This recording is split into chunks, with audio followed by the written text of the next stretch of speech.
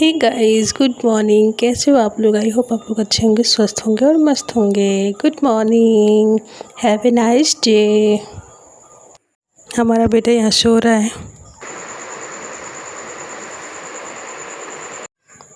मैं यहाँ पे अपना बाल ठीक कर रही थी। सुबह के लगभग 5 साढ़े 5 राउंड हो रहा था। पतिदेव निकल गए थे वॉलीबॉल खेलने के लिए, मॉर्निंग वॉक पे जाते हैं। फिर वो आए, फिर हम लोगों ने मिलके चाय पी दोनों हाथ। और बेटी मेरी जग चुकी है, वो बेटा सोया हुआ है। आगे आप लोग देखेंगे। ढेर सारा प्यार देना आप लोग मेरे इस ब्लॉग को। और यहाँ पे बन रही है हमारी गर्मा गर्म चाय, देख सकते हो आप लोग। एंजॉय करो आप लोग भी। गुड मॉर्निंग बेटू, गुड मॉर्निंग। मामा हल्दी खाते होता रहता है घर में। हाँ, छूत रहता है घर में। पहले गुड मॉर्निंग बोल दो। Good morning. पुच्ची कर दो। पापा को भी गुड मॉर्निंग करके पुच्ची कर दो। गुड मॉर्निंग पापा।